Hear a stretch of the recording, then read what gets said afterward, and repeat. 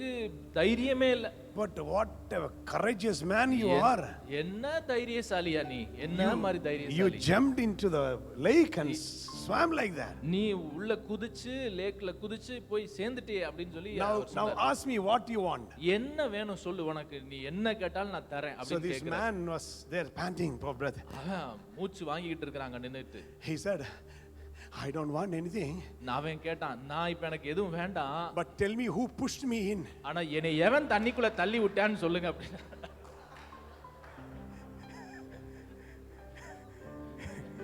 He didn't go by the desire of.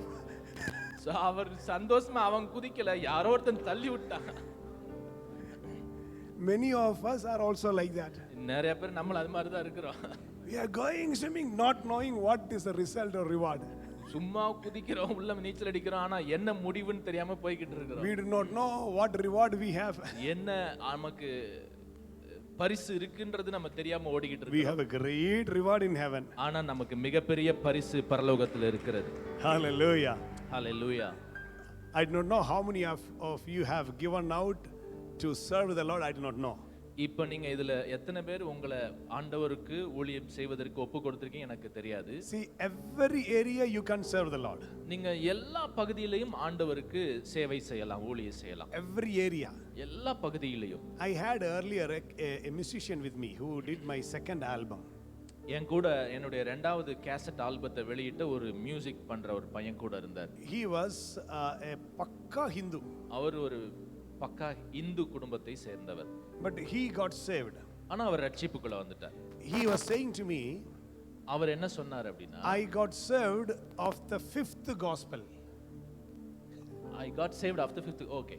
நான் அஞ்சாவது சுவிசேஷத்தை வைத்து நான் ரட்சிக்கப்பட்டேன் அப்படின்னு சொன்னார். I started thinking, what is the fifth one? We have 4 gospels, right? நமக்கு 4 சுவிசேஷ புத்தகம் இருக்கு, மத்தேயு, மார்க்கு, லூக்கா, யோவான். அஞ்சாவது சுவிசேஷம்னா என்ன அப்படின்னு யோசிச்சேன். Right? We have only 4. நமக்கு 4 தானே இருக்கு. You have 5, huh? Somebody? யாருக்காவது அஞ்சாவது சுவிசேஷ புத்தகம் வச்சிருக்கீங்களா? So when he said the fifth gospel, I started thinking, what is the fifth gospel? So அவர் நான் அஞ்சாவது சுவிசேஷத்தினால ரட்சிக்கப்பட்டேங்கன்னா எனக்கு புரியல அஞ்சாவது சுவிசேஷம்னா என்ன அப்படின்னு. You know what this man said? அவர் என்ன சொன்னார் தெரியுமா?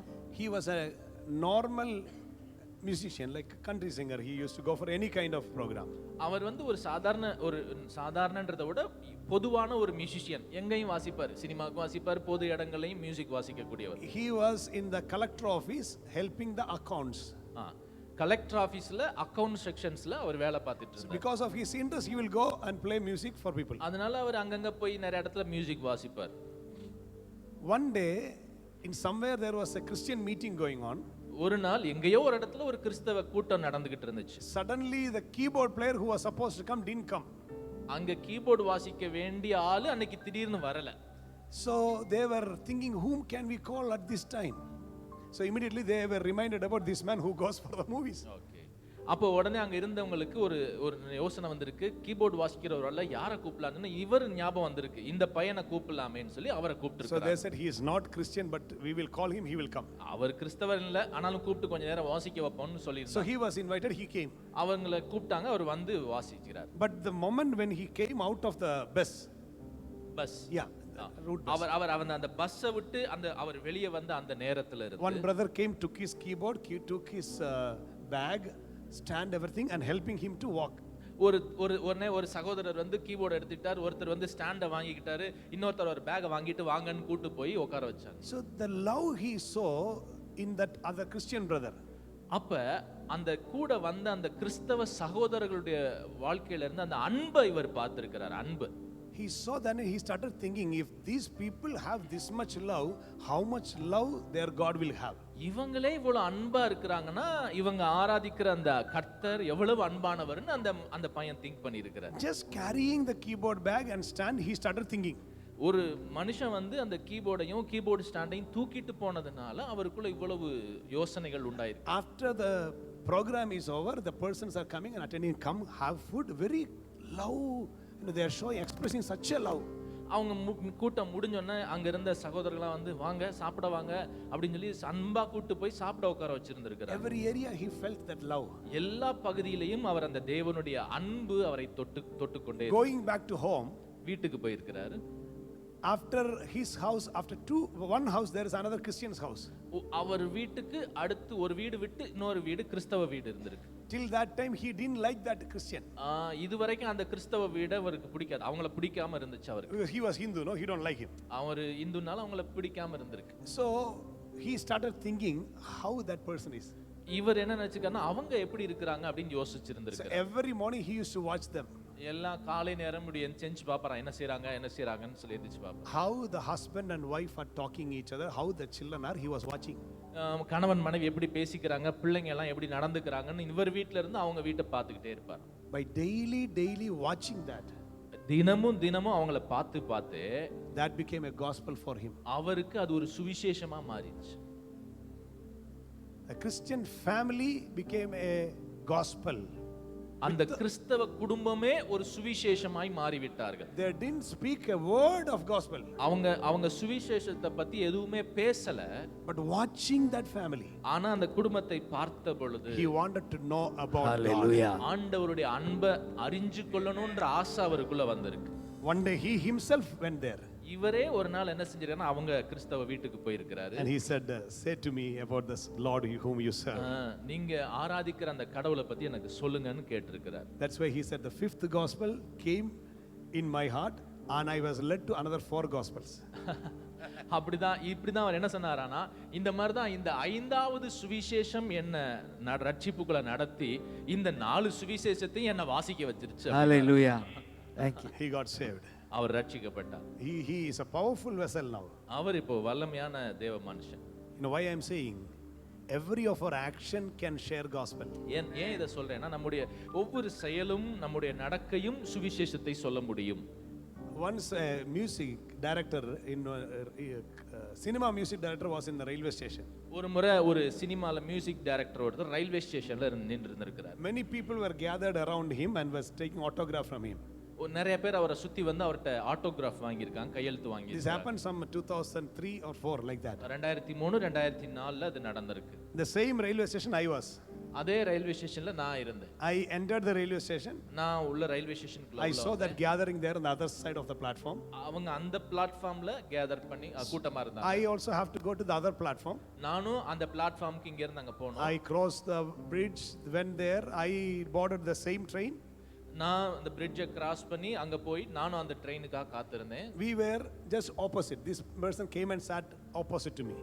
ட்ரெயின்ல எனக்கு எதிர்த்து அவர் உட்கார்ந்தார். 2 பேரும் எதிரெதிர உட்கார்ந்திருந்தோம். So I was having a thought about this man. எனக்கு இவரை குறிச்ச ஒரு சிந்தை ஓடிக்கிட்டே. Who is he? Many people gathered around him. Who is he? யாருன்னு தெரியல, இவரை சுத்தி கூட்டமா இருந்தாங்களே, நிறைய பேர் இருந்தாங்களே அப்படின்னு. So I was about asking, who are you? நான் அவர்ட்ட நீங்க யாருன்னு கேட்கலாம்னு நினைச்சிட்டு இருந்தேன். But you know what that man said? ஆனா அவர் என்ன சொன்னார் தெரியுமா? Sir, can I know who you are? Sir நீங்க யாருன்னு நான் தெரிஞ்சுக்கலாமான்னு அவர் என்கிட்ட கேட்டார். So I thought, how come he knows me? Why he is asking? அவர் பெரிய ஆளு, ஏன் என்னைய வந்து கேட்கணும் அப்படின்னு நான் நினைச்சேன். I said, I am a servant of God. நான் சொன்னேன் நான் ஒரு தேவனுடைய You know what he said? அப்படி சொல்லு. அதுதான் அவங்களோட முகத்தை பார்த்ததும் ஏதோ என்ன அட்ராக்ட் பண்ணிடுச்சு. ஆமென். Our small gestures will share the gospel. நம்மளுடைய சிறிய அசைவுகள் கூட பெரிய சுவிசேஷத்தை சொல்ல முடியும். He is a Malayali music director. அவர் ஒரு Malayali music director. Film music director. Film music director. That time my 2 albums were out. என்னோட 2 கேசட் ஆல்பத்தை நான் ரிலீஸ் So பண்ணிட்டேன். when I shared about what we do and all, I asked him how much you charge for album and all. நான் 2 album ஏற்கனவே பாட்டு release பண்ணியிருக்கனால நீங்க எல்லாம் எவ்வளவு வாங்குவீங்க ஒரு ஆல்பம்க்கு ரிலீஸ் பண்றதுக்கு அப்படின்னு அவர்கிட்ட பேசிட்டு இருந்தேன். So he said one song 5 lakh now. ஒரு பாட்டுக்கு 5 லட்சம் அப்படின்னு சொன்னார். He said now only I started but I became famous because of some movie. He said some movie name. ஒரு சில படங்கள் பேர்லாம் சொல்லி அதுல நான் ரொம்ப ஃபேமஸ் ஆயிட்டேன், அதனால ஒரு பாட்டுக்கு 5 லட்சம். Now only starting but hereafter till now it was 5 lakh but hereafter it will be high. அப்ப அவர் சொன்ன டைம்ல அது 5 லட்சம், அதுக்கப்புறம் கூடும் அப்படின்னாரு. Then I asked him, அவர்ட்ட நான் கேட்டேன், if I give you an album how much you will take? என்னோட ஆல்பம் நான் கொடுத்தேனா நீங்க எவ்வளவு கேட்பீங்க அப்படின்னு நான் You know what he said? அவர் என்ன சொன்னார் தெரியுமா? Give a chance. ஒரு வாய்ப்பு கொடுங்க அப்படின்னு கேட்டார். ஒரு வாய்ப்பு கொடுங்க. Till date I didn't give him because God didn't permit. நான் இன்னும் அவர்ட்ட கொடுக்கல, ஏன்னா ஆண்டவர் அதற்கான அனுமதி கொடுக்கல. You know why I'm saying this? எதற்காக சொல்றேன்னா We are carrying the glory of God. நாம தேவனுடைய மகிமையை சுமக்கிறவர்கள். Now I can talk because your faces are delightful now. இப்ப நான் பேசலாம், உங்க முகம் கொஞ்சம் Smiling. மலர்ந்திருக்கு. Hallelujah. Hallelujah. Hallelujah. Hallelujah. Hallelujah. இந்த சோர்வின் ஆவி வேண்டாம். Amen. We don't need it. Sorry. Hallelujah. Amen. We cannot be troubled. நம்ம சோர்வின் ஆவி வேண்டாம், நமக்குள்ள எந்த ட்ரபிள் கவலை வரக்கூடாது.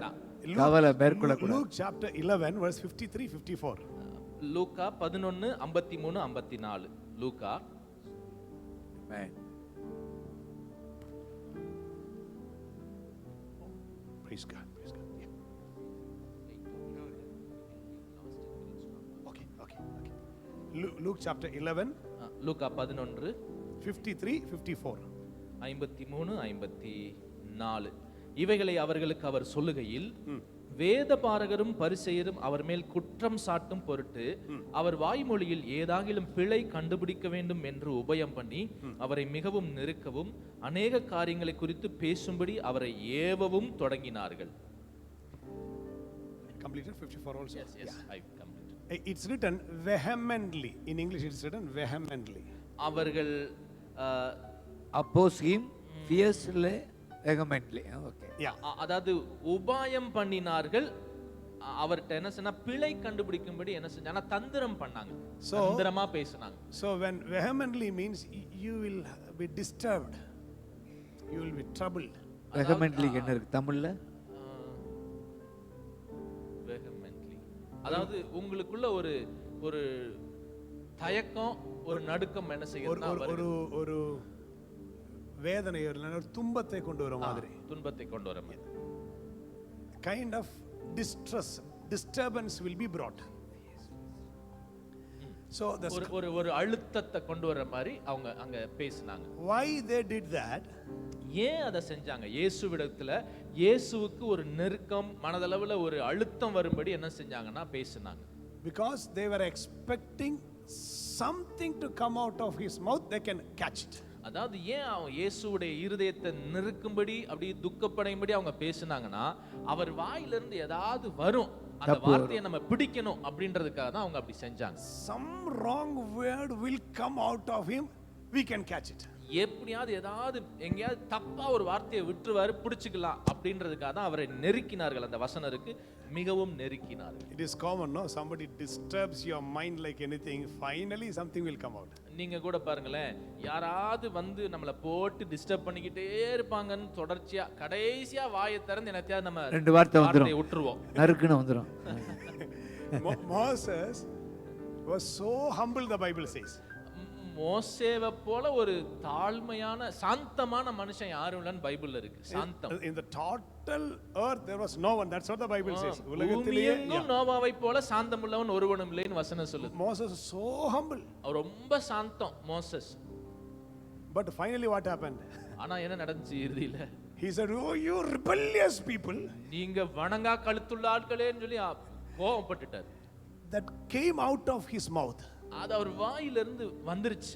You know what God said? ஆண்டவர் என்ன சொன்னார் தெரியுமா? You did not uphold my holiness.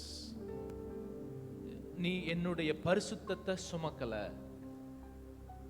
A wrong word came out. Psalms 106 says, சங்கீதம் 106 சொல்லுகிறது, a word came out of his mouth, வார்த்தை வாயிலிருந்து வெளிப்படுகிற பொழுது, and it was disturbing his spirit. அவருடைய ஆவியை அது துக்கப்படுத்தினது. And because he was vehemently disturbed in his spirit, a wrong word came out of his mouth. அவருடைய இருதயத்துல நெருக்கப்பட்டதுனால அந்த தவறான வார்த்தையை அவர் வெளியே பேசிட்டார். I have heard one Tamil preacher saying about it. ஒரு தமிழ்ல ஒரு பிரசங்கியாளர் இப்படி சொல்றத நான் கேட்டேன். That disturbed him in such a way. He was like a saint. Okay. Sandamana Muni. So these people, they started disturbing him. A saint was there, so he said, I'm so calm, so comfortable. So these people came and asked him, if you pull like that, will you be disturbed? ஒரு ஒரு ஒரு ஒரு சாந்தமா ஒரு முனிவர் மாதிரி ஒரு சாமியார் இருந்தாரா. அவரை டிஸ்டர்ப் பண்ணறதுக்கு ஒருத்தன் கேட்டாங்க, அவரை வந்து நான் சட்டையை பிடிச்சி இழுத்தா நீங்க டிஸ்டர்ப் ஆயிருவீங்களா, உங்களுக்கு கோபம் வர மாட்டீங்களோ, இப்படி கோவப்பட மாட்டீங்களா, கோபப்பட மாட்டீங்களான்னு சொல்லி கேட்டு இழுத்தார். எனக்கு கோபம் எல்லாம் வராது தம்பின்னு சொன்னாரு. அதுக்கப்புறம் இப்படி இப்படி செஞ்சா உங்களுக்கு கோபம் வராதுன்னா, கோபம் வராது தம்பி. அவர் நிறைய அது இதெல்லாம் ட்ரை பண்ணிட்டு இருந்தேன். கடைசியில அந்த தாடி முடியை பிடிச்சிட்டு இப்படி இழுத்தா கோபம் வராத, கோபம் வராதுன்னு சொன்னால.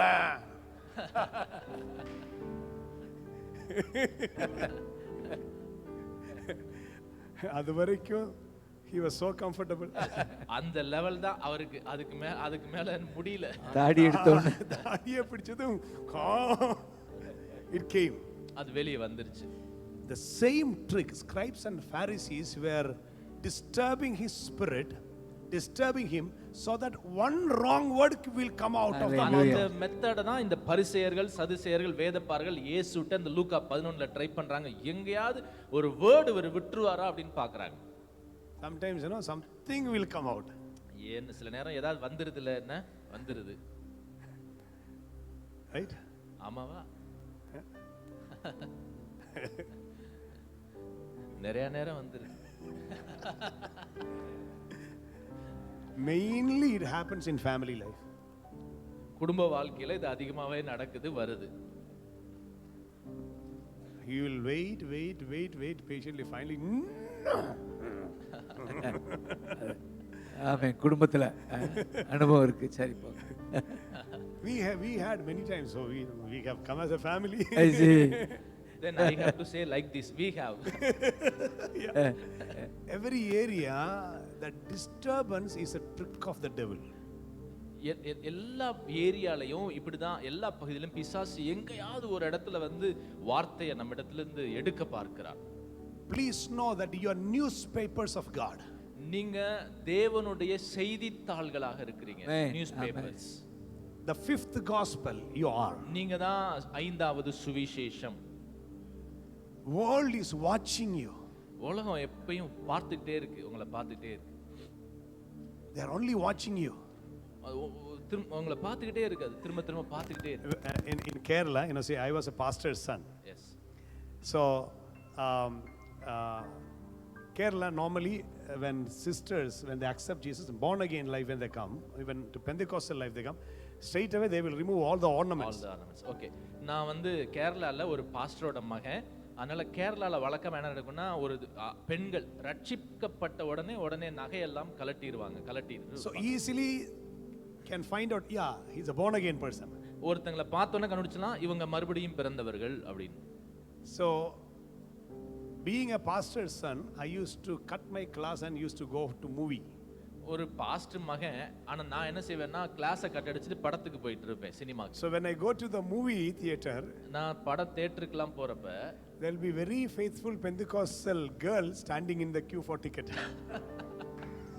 இந்த பரிசுத்தமான இந்த பெந்தேகோஸ்தே பெண்களும் வரிசையில டிக்கெட் வாங்குறதுக்கு நிப்பாங்க. So easily I can find them. ஈஸியா தெரிஞ்சிடும் இது பெந்தேகோஸ்தே பொண்ணு அப்படின்னு. So I'll go beside them. அவங்களுக்கு பின்னாடி போய் I say ஸ்தோத்திரம் ஸ்தோத்திரம்னு சொல்லுவேன் அவங்க பக்கத்துல போய். They will be tensed. கண்டுபிடிச்சாங்களே. So I used to think, at least why don't they cover and cover? நான் நினைப்பேன், சரி கம்மலை போட்டாது படத்துக்கு வந்தா தெரிஞ்சிருக்காது அப்படின்னு. See, world is looking at you. உலகம் எப்பயுமே உங்களை பார்த்து கொண்டே இருக்கிறது. Physically you may not be in such a way, but at least the people who knows you as Christian, even without also, devil will make other people to watch you. நல்லா கவனிங்க, அவங்க ஜனங்க நம்ம கிறிஸ்தவர்கள் என்பதற்காகவே நம்மளை கவனமா பார்த்துக்கிட்டே இருக்காங்க. அது மட்டும் இல்லாம பிசாசு என்ன செய்யறான்னா, ஜனங்கள் வந்து என்னை பார்க்கும்படியாக அவங்கள்ட்ட தூண்டிக்கிட்டே இருக்கிறான். அவங்கள பாருன்னு பிசாசு தூண்டுறான். You know why? ஏன் தெரியுமா? In the Lord's Prayer, அந்த பரலோக ஜெபத்துல how it comes, our Father in heaven, பரமண்டலங்களில் இருக்கிற எங்கள் பிதாவே, and the next is hallowed be thy name. உம்முடைய நாமம் பரிசுத்தப்படுவதாக அப்படின்னு இருக்கு. He is holy only, God is holy. ஆண்டவர் பரிசுத்தம் உள்ளவர் தானே. ஆண்டவர் பரிசுத்தம் உள்ளவர். ஆமாவா ஆமாவா இல்லையா? He is holy, right? அவர் பரிசுத்தர். So his name is holy, right? அவருடைய பேரே பரிசுத்தர். Then why it is written, hallowed be thy name? அப்ப ஏன் உமது நாமம் பரிசுத்தப்படுவதாக அர்ச்சிக்கப்படுவதாகன்றோம்? Why it is written? ஏன் ஏன் அப்படி எழுதியிருக்கு? He is holy, his name is holy. அவர் பரிசுத்தர், அவருடைய நாமம் பரிசுத்தம்.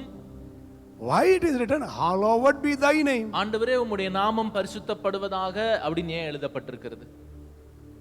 Why? சொல்லுங்க, why?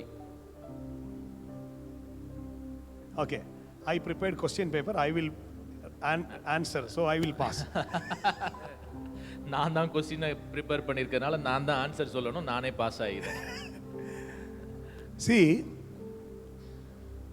we are the people who bear his name. நம்ம அவருடைய நாமம் தரிக்கப்பட்ட ஜனங்கள், அவருடைய நாமத்தை சுமக்கிற ஜனங்கள். The Bible says, my people who are called by my name. என்னுடைய ஜனங்கள் என்னுடைய நாமத்தினால் அழைக்கப்படுவார்கள் என்று சொல்லப்படுகிறது. என் நாமத்தினால் அழைக்கப்பட்ட என் ஜனங்கள். என் நாமத்தினால் அழைக்கப்பட்ட என் ஜனங்கள். People who are called by my name. என் நாமத்தினால் அழைக்கப்படுகிற ஜனங்கள். We are called Christian. Christ, it already has come. நம்ம கிறிஸ்தவர்கள் என்று சொல்லுகிற பொழுதே கிறிஸ்து அதுக்குள்ள இருக்கிறார். கிறிஸ்து. So his name is on us. அதனால அவருடைய பேரு நம்ம மேல இருக்கு. Our life should be holy, then only his name will be hallowed. நம்ம வாழ்க்கை பரிசுத்தமா இருந்தாதான் அவர் நாமம் பரிசுத்தம் அடையும். So the devil is a trickster. இங்கே பிசாசு ஒரு வஞ்சகமான காரியத்தை, தந்திரத்தை செய்றான். If you are not keeping yourself holy, the name of God will not be hallowed. நீங்க வாழ்க்கையில பரிசுத்தமா இல்லனா தேவனுடைய நாமம் பரிசுத்தம் அடையாது. So he want you to be some or other way disturbed, and you will not uphold the holiness. நீங்க எல்லா வகையிலையும் அது நெருக்கப்பட்டாலும் நீங்கள் நீங்கள் நீங்கள் கிறிஸ்துவுக்குள்ள உங்களை காத்துக்கிட்டீங்கன்னா அங்க தேவனுடைய நாமம் பரிசுத்தப்படும். That's why God said to Moses, you did not uphold my holiness when you were tempted. அதனால தான் அந்த மோசேவை ஆண்டவர் சொல்லுகிறார், அந்த சோதிக்கப்பட்ட அந்த ஜனங்களால் நெருக்கப்பட்ட நேரத்துல நீ என்னுடைய நாமத்தை பரிசுத்தமா நீ சுமக்கல அப்படின்றார். என்னுடைய பரிசுத்த, you did not uphold my holiness. என்னுடைய பரிசுத்தத்தை நீ உயர்த்தல, சுமக்கலன்னு சொல்றார். So the only aim of devil is nothing but you get disturbed and you say something, you do something and your face turns red, blue, sometimes black, brown, yellow, everything. பிசாசுடைய நோக்கமே என்னன்னா உங்களை என்ன மாதிரி செய்ய வச்சிரணும், ஏதாவது பேச வச்சிரணும், முகத்தை அப்படியே முறுக்கிக்கிட்டு சவப்பா கருப்பா எப்படியோ பல கலர்ல மாத்தி முகத்தை ஏதாவது மாத்தணும்ன்றதான் பிசாசுடைய முயற்சி. Sometimes you come to church, சில நேரம் சர்ச்சுக்கு வர்றப்ப devil will be using a small child. ஒரு சின்ன குழந்தைய கூட பிசாசு யூஸ் பண்ணுவான். You are coming to worship, நீங்க ஜெபம் பண்ணி அப்படியே ஆராதிக்க வந்துட்டு you get இருப்பீங்க. irritated by the child. ஆனா பக்கத்துல இருக்கிற பிள்ளைய பார்த்தா அப்படியே எரிச்சலா வந்துகிட்டு இருக்கும். You will not say anything, ஒன்னும் சொல்ல மாட்டீங்க, but you will hold the child's hand and will crush and say, கைய பக்கத்துல பிடிச்சு வச்சுட்டு முறுக்கிக்கிட்டு உட்காரியா இல்லையான்னு மனசுக்குள்ள சொல்லிக்கிட்டு and only that I nothing, கண்ணிலே எல்லாத்தையும் காட்டிடுவோம். and the child will sit there. The child will be crying and sitting there, and you feel I'm all right. அந்த குழந்தை உட்கார்ந்து அழுதுகிட்டு இருக்கும், வேதனைப்பட்டு. நம்ம ஆண்டவர் ஆராதிச்சிட்டு இருக்கிறோம். You didn't uphold the holiness. நம்ம அந்த இடத்துல தேவனுடைய பரிசுத்தத்தை சுமக்கவில்லை. What are we to do? நம்ம என்ன செய்யணும்? Our soul should not be disturbed. நம்முடைய ஆத்துமா அது அது அது டிஸ்டர்ப் ஆக கூடாது. When I say this to you today, நான் உங்கள்ட்ட இதை இன்னைக்கு சொல்றப்ப I have my wife, my 3 children sitting along with me. என்னோட அவங்க மனைவியும் 3 பிள்ளைகளும் உட்கார்ந்து இருக்கிறாங்க. See, a preacher is seen to the public on the stage, on the platform. ஒரு ஒரு ஒரு மேடையில பிரசங்கியார எல்லாருக்கும் தெரியும், அழகா தெரியும். So everyone can say, oh, wonderful pastor, wonderful preacher. Everyone can. அருமையான பாஸ்டர் நல்லா பிரசங்கம் பண்ணாருன்னு எல்லாரும் சொல்லுவாங்க. Everyone will say, super பேசுறாரு, super. அவரோட மனைவி எவ்வளோ blessed, கொடுத்து வச்சவங்க. கொடுத்து வச்சாங்க. All these things people will say. But in Hindi there is a saying, मेरा पिताजी स्टेज में एक दूध है, दूध, दूध okay. दूध है, बट लेकिन मेरा घर में बूद है. ஹிந்தியில் எப்படி சொல்லுவாங்கன்னா, எங்க அப்பா ஸ்டேஜ்ல வந்து தூதரு, கீழே இறங்கிட்டாருன்னா பூதம், அதாவது பூதம்னா பேய். See, so my witness is in my house, ஏன் சாட்சி என் வீட்டில் இருக்கு. right? Hallelujah. Not in the stage. இந்த மேடையில் இல்லை, வீட்டில் தான் சாட்சி. So my temperament, my emotions, my feelings, my anger, everything, my children, my wife only will witness. என்னோட கோபம், எரிச்சல், என்னுடைய காரியத்தெல்லாம் என் மனைவியும் பிள்ளைகளும் மட்டும்தான் சாட்சி கொடுக்க முடியும். Our family is a transparent family. எங்களுடைய குடும்பம் ஒரு தெளிவான வெளிப்படையான குடும்பம். Anyone comes to our home, if I am angry, everyone will know that I am angry. I will not, control and say, let us act. I will not, I can't. நான் வந்து என் குடும்பத்தில் நடிக்கலாம் மாட்டேன். யார் வந்தாலும் சரி கோவமா இருந்தா கோவம் அப்படின்னு தான் சொல்ல முடியும், நடிச்சுக்கிட்டுலாம் இருக்க மாட்டேன். If I have to say something little strongly, I will say strongly only. I will not simply act and say, oh my darling, I cannot do that. ஏதாவது நான் ஸ்ட்ராங்கா சொல்லணும், அழுத்தமானா அதை அழுத்தமா ஸ்ட்ராங்கா சொல்லிடுவேன். அங்க வந்து நடிச்சுக்கிட்டு ஐயா அப்படின்லாம் நான் சொல்லிட்டு இருக்க மாட்டேன். Because many preachers do that like that. They will act on the stage, wife and husband. ஆனா நிறைய பிரசங்கியாளர்கள் ஸ்டேஜ்லயும் மற்ற இடத்துல அப்படிதான் நடிச்சிட்டு இருக்காங்க, அந்த கணவன் மனைவி உறவுல. They are very good actors. They can get Oscar actually. Oscar அவார்டே கொடுத்துற மாதிரி நடிப்பாங்க. Very much they will act on the stage. நல்லா நடிக்கிறாங்க மேடையில. But I cannot do that. ஆனா நான் அப்படி செய்ய முடியல. So if you come home, you will know the real me. நீங்க என் கூட வாங்க, அந்த உண்மையான வாழ்வை பார்க்கலாம். Keeping my children and my wife as witness, I am speaking to this to you. நான் என் மனைவியை என் பிள்ளைகளை வைத்துக்கொண்டு தான் இதை பேசுறேன். I am a person, I will be easily tensed. நான் ரொம்ப வேகமா கோவப்படக்கூடிய ஒரு ஆளு. Tense, not கோபம், but வருத்தம் வரும். Yeah. ரொம்ப டென்ஷன் ஆகக்கூடிய ஆள். ஓகே, அப்படி சொன்னாதான் நமக்கும் புரியுது, இங்கிலீஷ்ல சொன்னாதான் புரியுது. Very easily I'll get disturbed. நான் சீக்கிரத்துல என்ன செஞ்சேன்னா disturb ஆயிருவேன். Suddenly the disturbance will come to me.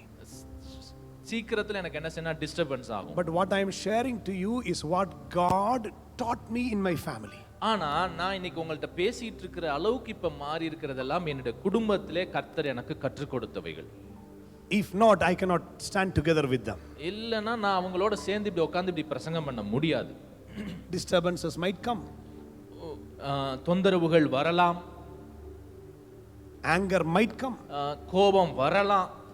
But God is speaking to us in a way that how we should handle it.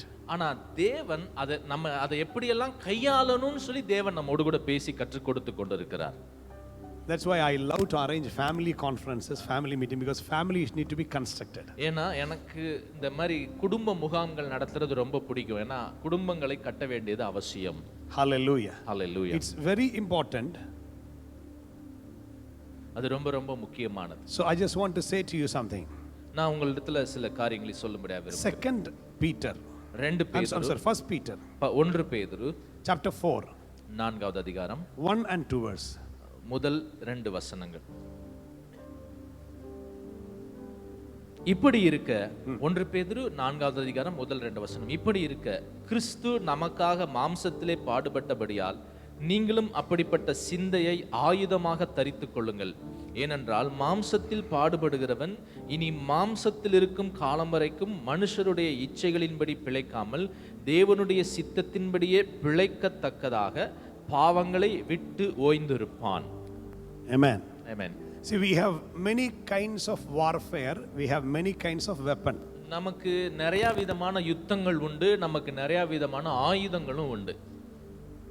And the main weapon we know is the word of God, which is a sword.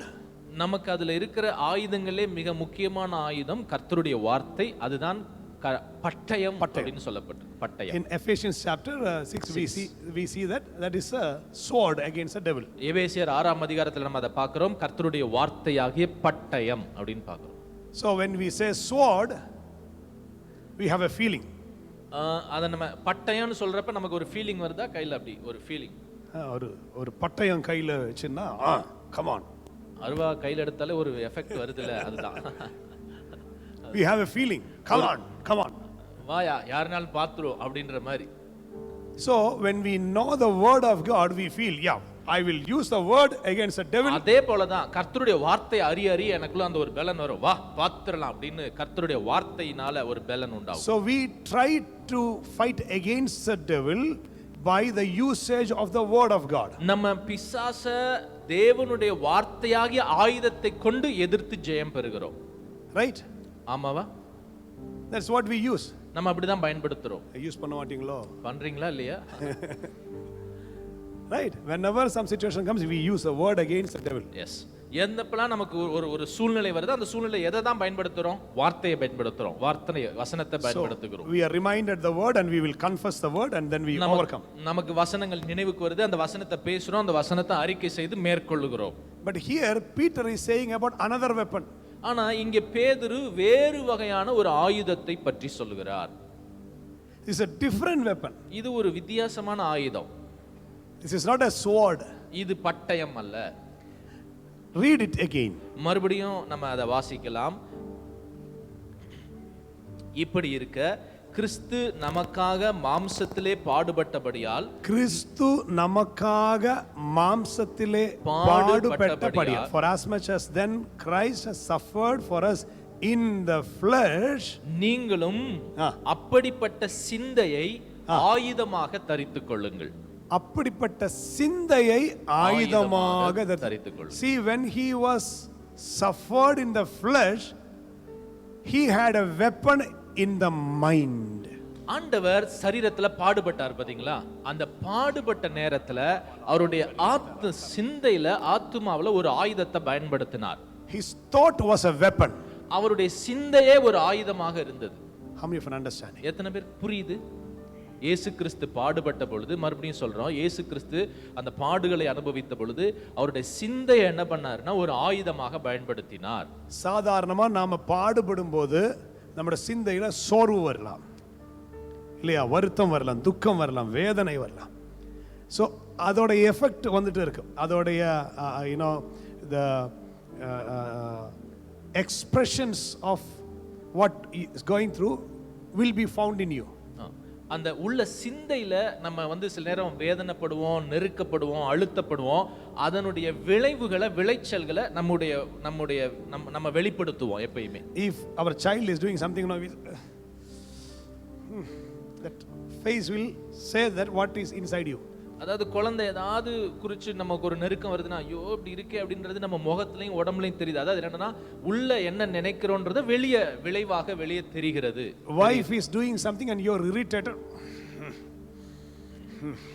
மனைவி ஏதாவது செய்யறப்ப எரிச்சல் வரப்ப ஒன்றும் பேச முடியாது, ஆனா இப்படியே சுத்திக்கிட்டு இருக்கு அப்படின்னா என்னன்னா உள்ள சிந்தை பாதிக்கப்பட்டிருக்கின்றது வெளியே தெரியுது. Devil knows this. பிசாசுக்கு இது நல்லா தெரியும். Whenever your mind is disturbed, you cannot use the weapon. உங்க சிந்தை பாதிக்கப்படுகிற பொழுதெல்லாம் அந்த ஆயுதத்தை, சிந்தையாகிய ஆயுதத்தை பயன்படுத்த முடியாது. But Jesus had a weapon which is called his mind. ஆனா இயேசு சிந்தையாகிய அந்த ஆயுதத்தை வைத்து பயன்படுத்தினார். Yes. Hallelujah. Hallelujah. கை தட்டுங்க ஆண்டவருக்கு. Hallelujah. Hallelujah. And again the Bible says when he suffered in the flesh, he had that weapon. அது மறுபடியும் சொல்லுது, அவர் அந்த பாடுபட்ட பொழுது, மாம்சத்துல பாடுபட்ட பொழுது அந்த ஆயுதத்தை அவர் பயன்படுத்தினார். When he was beaten, he can say, he can cry. அவர் அடிச்சப்போ அவர் கத்தி இருக்கலாம். But when he was tortured, அவர் உபத்திரவப்படுத்தப்பட்ட பொழுது, when his flesh was taken off the body, அவருடைய மாம்சம் கிழிக்கப்பட்ட போது, the historian Flavius Josephus says his bonds were seen once he was beaten. Flavius Joseph அப்படின்ற அந்த சரித்திர ஆசிரியர் சொல்லி இருக்கிறாரு, அவருடைய எலும்புகள் எல்லாம் வெளியே தெரிஞ்சது. When he was beaten and taken, his bones was seen, flesh went away. அந்த ஒவ்வொரு முறை அடிச்சு அந்த சரீரம் கிழிக்கப்பட்டு இந்த சதைகள்லாம் கிழிக்கப்பட்ட போது உள்ள இருந்த எலும்புகள் எல்லாம் தெரிஞ்சது. ஒரு தூசியே போட்டாலே நமக்கு வலி தாங்கவே முடியாதுல்ல, we will cry. But his flesh was taken off. ஊசி போட்டாலே நமக்கு ஒரு ஊசியே நமக்கு தாங்காது, ஆனா அவருடைய மாம்சமே கிழித்து எடுக்கப்பட்டது. how could he be in a stable mind? ஆனா அந்த நேரத்துல அவருடைய சிந்தை எப்படி நிலைத்தன்மையோடு இருந்தது? You know how? எப்படி? He was saying to himself, அவர் தனக்குத்தானே சொல்லிக் கொண்டார், stripes, these stripes are healing my children. இந்த காயங்கள் என்னுடைய பிள்ளைகளை சுகமாக்கும். ஹalleluya. This is for a reason. இது ஒரு காரணத்திற்காக, For the healing of my people. என்னுடைய பிள்ளைகளுடைய சுகத்திற்காக இந்த காயங்கள். வரும் நாட்களில் யாரெல்லாம் என்னை நம்ப போகிறார்களோ அவர்களுக்கு சுகம் வர வேண்டும். சுகத்துக்காக, அவர் ஹீலிங்காக. Let me take this. Yes. இவர் என் ஜனங்களுடைய சுகத்திற்காக நான் இதை ஏற்றுக்கொள்கிறேன் என்றார். He saw that positive side of it. அதனுடைய நன்மையான பகுதியை பார்த்தார். அடிக்கிறாங்க, அது வேதனை தான், ஆனா அதனுடைய நன்மையான பகுதியை அவர் பார்த்தார். I will say you one more example. இன்னொரு உதாரணத்தையும் சொல்றேன். We, the church, are called the bride of Lord Jesus. நம்ம சபை வந்து ஆண்டவராகிய கிறிஸ்துவினுடைய மணவாட்டி சபை. Right? ஆமாவா? மணவாட்டி. I'm looking at the Manavatis. Manavatis, be pleasant. மணவாட்டினா பிளசண்டா இருக்கணும், அதாவது சந்தோஷமா இருக்கணும், மகிழ்ச்சியா இருக்கணும் மணவாட்டி. Will anywhere in the world a groom will send goons and will torture the bride, tear off the bride, and will, what do you call, wound the bride like anything, and will bring and will marry? எங்கேயாவது உலகத்துல பார்த்திருக்கீங்களா? ஒரு மணவாளன் இருக்கிறாரு, அந்த மணவாளனை மணவாட்டி போய் என்ன செய்யுதுன்னா, அந்த மணப்பெண் போய் இல்ல உலகத்தில் எங்கேயாவது ஒரு மணவாளன் மணவாட்டியே இந்த குண்டா என்ன சொல்ல, கூன்ஸ், கூலிக்கு வருவல அடிக்கிறதுக்கு, what you say for the hired killers, hired people, கூலி ஆளுகளை வச்சு அடிச்சு உதைச்சு, என்னைக்காவது ஒரு மணவாளன் ஒரு மணவாட்டியை கூலி ஆளுகளை வச்சு அடிச்சு உதைச்சு கிழிச்சு கொண்டு வா, நான் கல்யாணம் பண்ணிட்டோம் சொல்லுவாங்களா? ஒருவேளை கூலி ஆளுகிற அனுப்பல, அவளை மட்டும் எதுவும் செய்யாம சேஃபா கொண்டு அதானே சொல்லுவாங்க. ரைட்? ஆமா தானே? Let me ask you this. உங்களை நான் இப்படி கேட்கிறேன். Like we, நம்மள போல, the same bride is Peter, same bride Bartholomew, same bride Paul. நம்மள போலவே பேதுரு, பர்த்தலமேயு, பவுல் இவங்கெல்லாம் மணவாட்டி தான். ஆண்டவருக்கு மணவாட்டி, எல்லாரும் மணவாட்டி. Right? ஆமாவா? மணவாட்டிகள் அவங்க எல்லாம். They were tortured like anything. You know, Bartholomew's skin was skinned alive. பர்த்தலமேயுனுடைய தோலை வந்து அப்படி அவர் உயிரோட இருக்கிறப்ப உரிச்சிருக்கிறாங்க. பர்த்தலமேயுடைய தோலை உரிச்சிருக்கிறாங்க. Why Jesus permitted that? ஆண்டவர் ஏன் அதை அனுமதிச்சாரு? அவர் மணவாளன், பர்த்தலமேயு மணவாட்டி தோல் உரிக்கப்படுறதுக்கு ஏன் அனுமதிச்சாரு? Paul was slaughtered.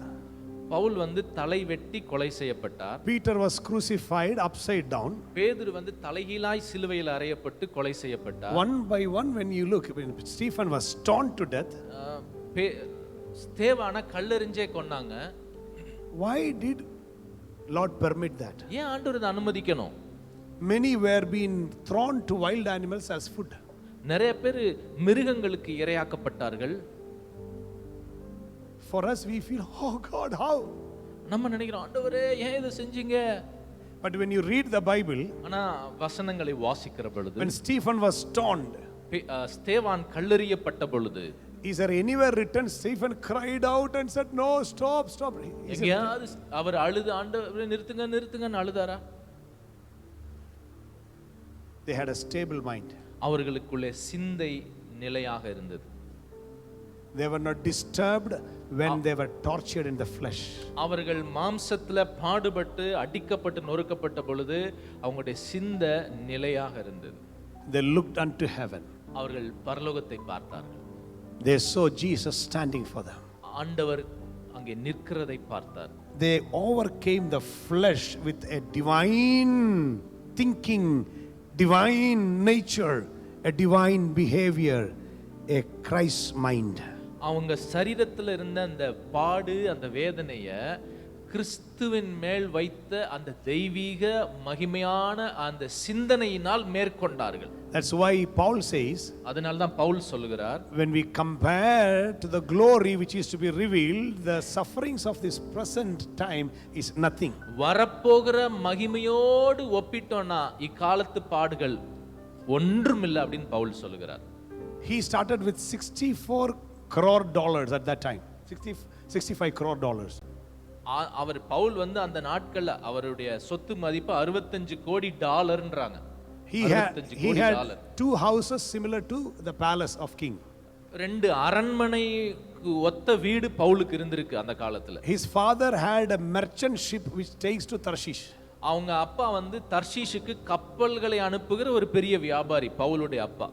Such a rich man அவ்வளவு பணக்காரர் Pavul ended up in jail.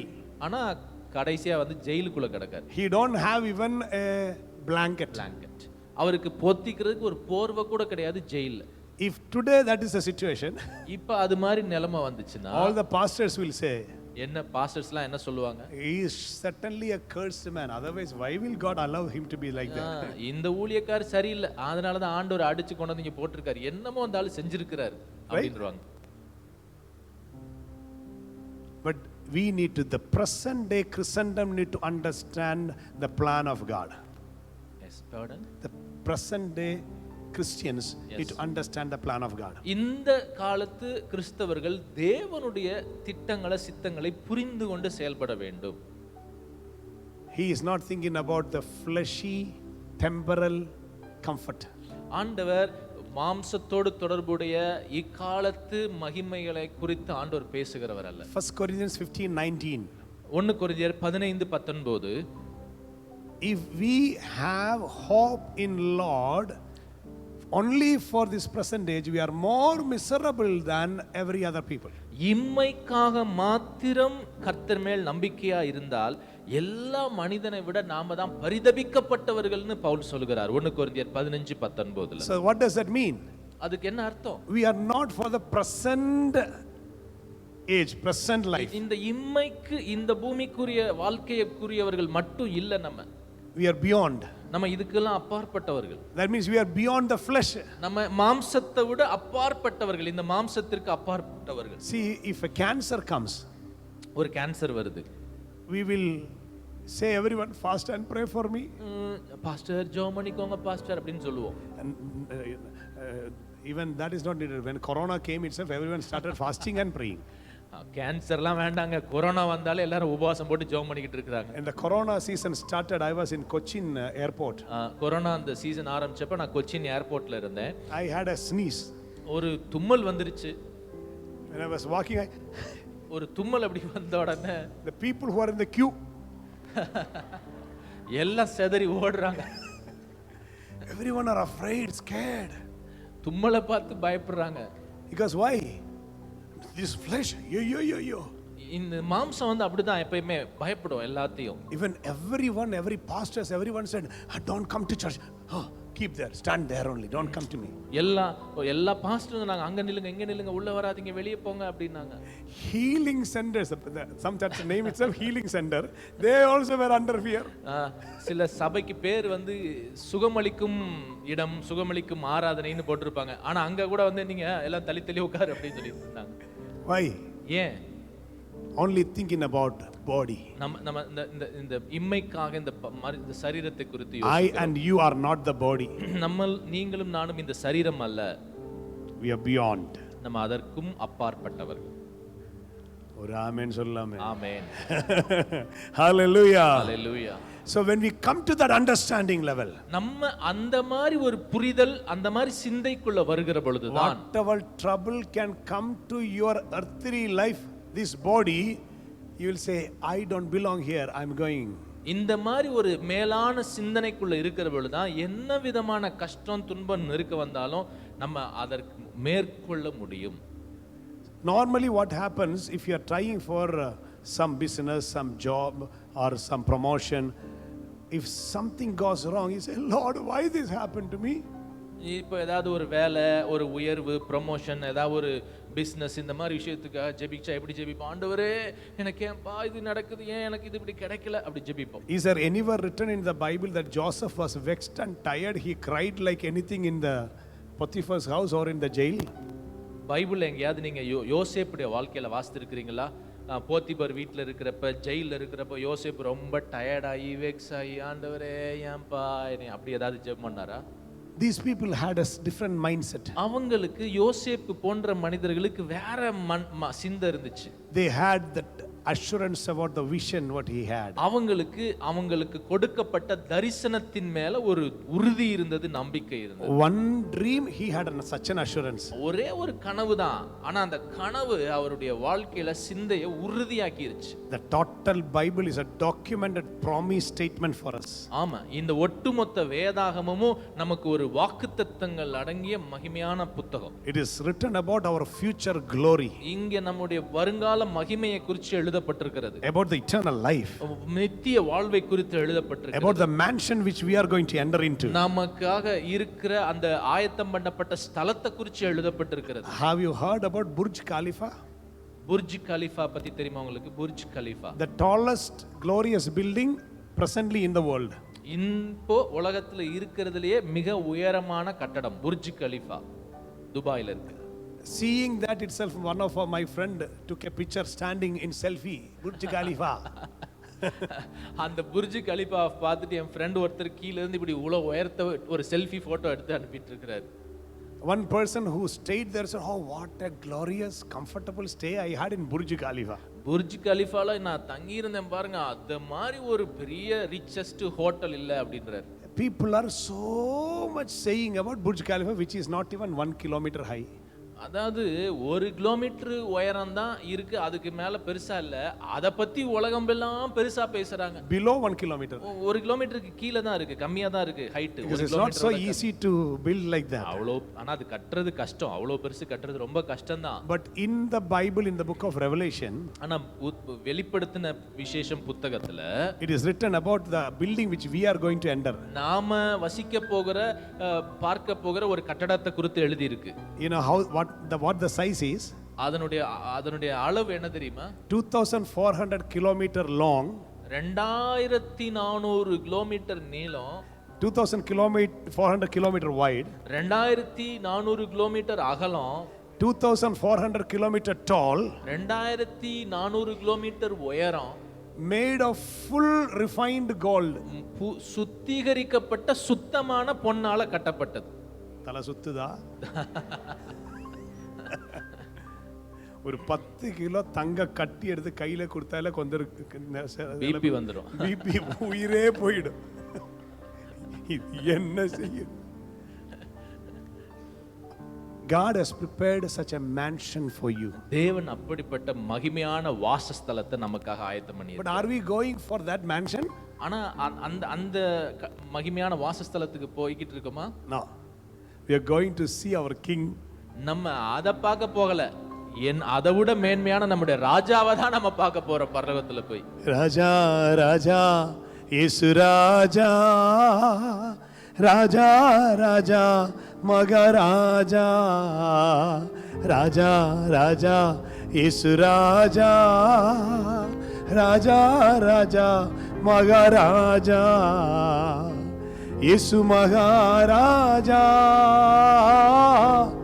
இயேசு மகாராஜா, இயேசு மகாராஜா, வேகமே ராவையா. வேகமே ராவையா means சீக்கிரம் வாருமையா. சீக்கிரம் வாருமையா. You can understand Telugu. Some little. Hallelujah. One day when I was meditating this subject, this song came to me. இந்த விஷயத்தை தியானிக்கிறப்ப தான் இந்த பாட்டு வந்துச்சு. ராஜா ராஜா இயேசு ராஜா சீக்கிரம் வாருமையா அப்படின்னு. Hallelujah. Hallelujah. Hallelujah. Amen. Amen. The children of God, we just here on this earth as in a hostel. நம்ம தேவனுடைய பிள்ளைங்க இந்த பூமியில எப்படி இருக்கிறோம்னா ஹாஸ்டல்ல இருக்கிறது போல தான் இருக்கிறோம். We are not the flesh. நம்ம மாம்சம் அல்ல. We are just in this uniform. நம்ம இந்த மாம்சம் என்கிற ஒரு யூனிஃபார்ம் போட்டுக்கிட்டு இந்த ஹாஸ்டல்ல வாழ்ந்துட்டு இருக்கோம். One day ஹாஸ்டல்ல விட்டு போயிடுவோம். one day he will come to take us from the hostel. ஆமா, ஒரு நாள் அப்பா வருவாரு, இந்த ஹாஸ்டல்ல இருந்து என்ன செஞ்சிருவாருன்னா கூட்டு போயிடுவார். We have to leave this and go. இந்த யூனிஃபார்ம்லாம் கழட்டி வச்சுட்டு போயிடலாம். Flesh and blood cannot inherit the kingdom of God. மாம்சமும் இரத்தமும் பரலோக ராஜ்யத்தை சுதந்தரிக்க முடியாது. Only the spirit will enter. ஒன்ல அந்த ஆவி மட்டும் தான் அங்க போய் But சேரும். the devil's trick is to torture your flesh and disturb your mind so that he can put your spirit down. பிசாசுடைய வஞ்சகத்தை பாருங்களேன், கவனிங்களேன். மாம்சமும் இரத்தமும் பரலோக ராஜ்யத்தை சுதந்தரிக்க முடியாது. ஆனா இந்த மாம்சத்தை இந்த ரத்தத்தை டிஸ்டர்ப் பண்ணி என் ஆவிய அங்க போக விடாம செய்யறதா அவனுடைய தந்திரம். So Jesus had a weapon. அதனால இயேசுவுக்கு ஒரு ஆயுதம் இருந்தது. That weapon has his mind. என்னன்னா நிலையான சிந்தை. சிந்தை. அந்த சிந்தை அவருக்கு ஆயுதமாக இருந்தது. ஆயுதம், சிந்தையே ஆயுதமா இருந்துச்சு. Why Peter wrote it, you know? ஏன் பேதுரு அதை எழுதி இருக்கிறார் தெரியுமா? Because Peter was disturbed in the spirit. ஏன்னா பேதுருவும் ஆவியில கலக்கமற்று இருந்திருக்கிறார். ஆண்டவரோடு இருந்தால் உங்களுக்காக எதையும் செய்யறதுக்கு தயாராக இருக்கிறேன். உங்களோட இருக்கிறப்ப நான் உங்களை விட்டு நான் பிரிய மாட்டேன் ஆண்டவரேன்னு சொன்னார். He was very bold. ரொம்ப ரொம்ப உறுதியானவர். He was very bold, but little away he was sold to the devil. ரொம்ப உறுதியா இருந்தாரு. ஆனா கொஞ்சம் தள்ளி பார்த்தா அவர் என்ன செஞ்சிட்டார்னா பிசாசு தந்திரத்துல விழுந்துட்டார். The Bible says he started saying, I do not know that man. அவர் எப்படி சொல்றாருன்னா பைபிள்ல இருக்கு, எனக்கு அந்த மனுஷன்லாம் தெரியாதுங்க அப்படின்ட்டாராம். He denied Jesus. Our மறுதலிச்சிட்டார். And after some time he repented and cried. அதுக்கப்புறம் கொஞ்ச நேரத்துல அவர் மனம் திரும்பினார். But when Jesus came to him, when he went for the second fishing, when Jesus came to him, he didn't ask him, why did you leave me and go? Why you denied me? Jesus didn't ask him anything. ஆனா நீங்க கவனிங்கன்னா ரெண்டாவது முறை இயேசு அவரை சந்திக்க வருவார். உயிர் தெழுந்த பின்பு ரெண்டாவது முறை சந்திக்க வந்தப்ப, பேதுரு எதுக்கு நீ மறுதலிச்ச?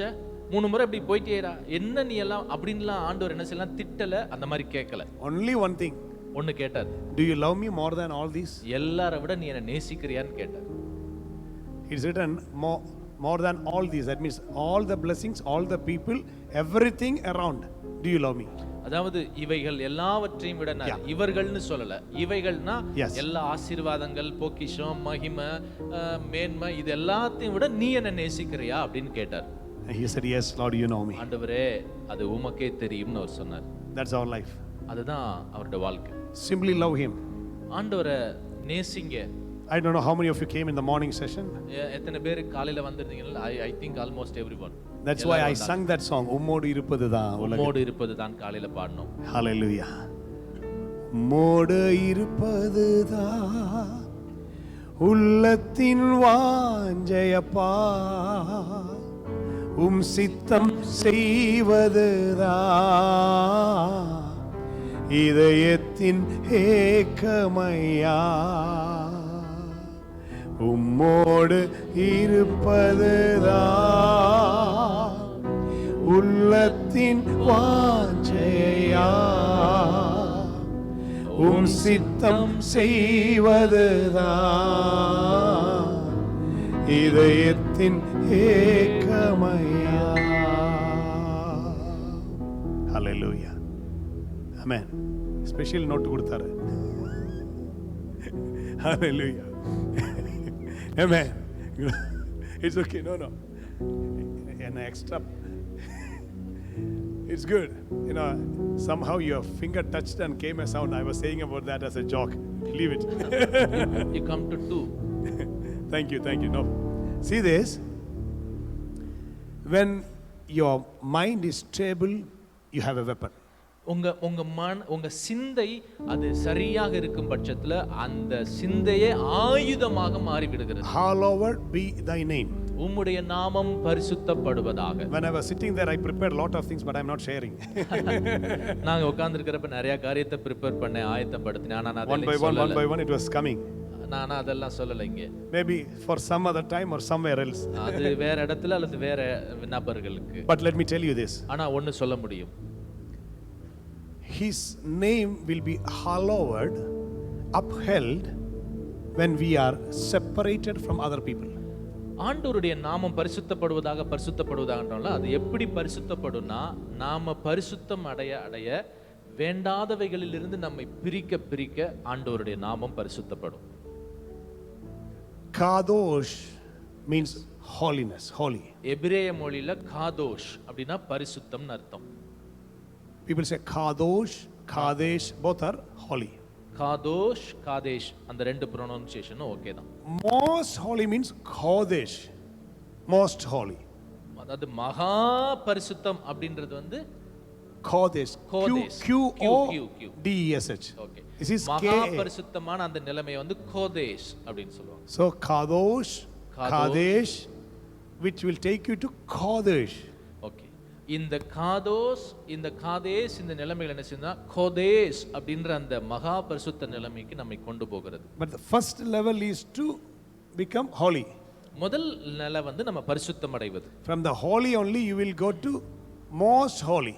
அந்த பரிசுத்த ஸ்தலத்துல இருந்தா எப்பயுமே மகா பரிசுத்தத்துக்கு நம்ம போக முடியும். So the Bible says, Bible சொல்லுகிறது, let your name be hallowed.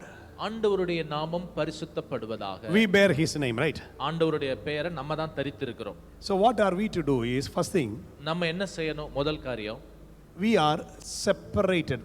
நாம பிரிக்கப்பட்டவர்கள்.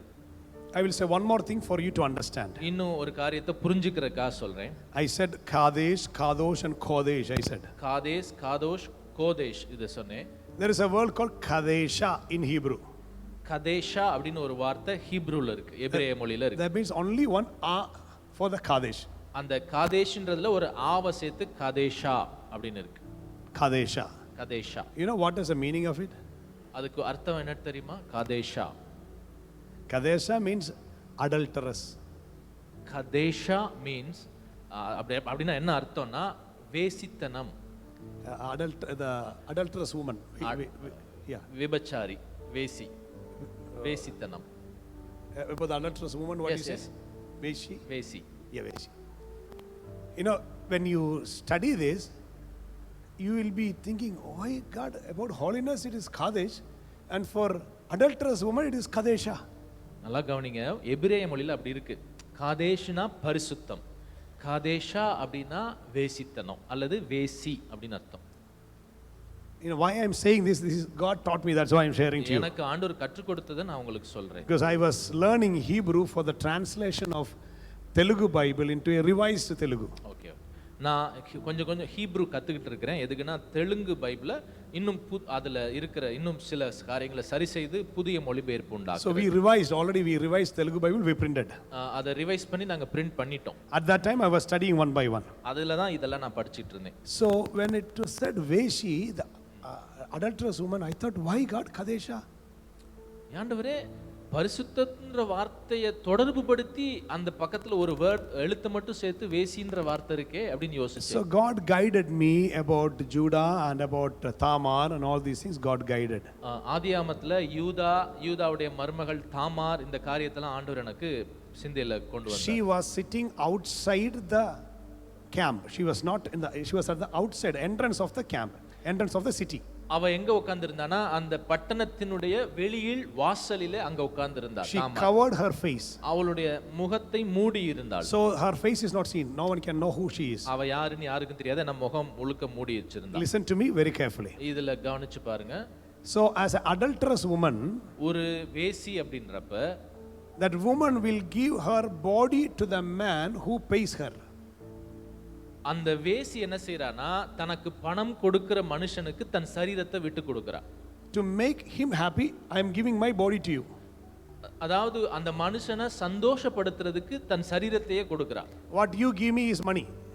நீங்க பணம் கொடுக்குறீங்க, நான் சந்தோஷம் கொடுக்குறேன். She will not show her face. அவ முகத்தை காட்டல.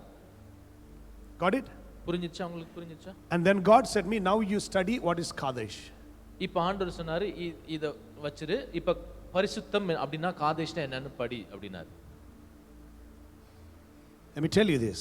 நான் சொல்றேன் உங்களுக்கு, Jesus paid his total body as a price for us, our ransom. ஆண்டவர் தன்னுடைய முழு சரீரத்தையும் அவர் என்ன செஞ்சாரா நமக்கு விலைக்கிரயமாக பணமாக கொடுத்தார். Only one thing he is asking. அவர் நம்மள்ட்ட ஒண்ணுதான் கேட்கிறாரு, your Kadesh, separate your body to please me. நீங்க பரிசுத்தமானவர்கள், உங்க சரீரத்தை நீங்கள் வேறு பிரித்து எனக்கு பரிசுத்தமாக என்ன மகிமைப்படுத்துகிறதற்கு கொடுங்கன்னு கேட்கிறார். Use your body to glorify me. உங்களுடைய சரீரத்தை கொண்டு ஆண்டவரை மகிமைப்படுத்துங்கள். That is Kadesh. அதுதான் காதேஷ். That means you are separated, you are away from the city. அவ எப்படி அந்த பட்டணத்தை விட்டு வெளியே இருந்தாலோ, the same way you are separated from everyone. அதே போல நீங்களும் இந்த உலக வழக்கத்தை விட்டு பிரிந்து விருங்கள். I am separated. பிரிஞ்சிரணும்.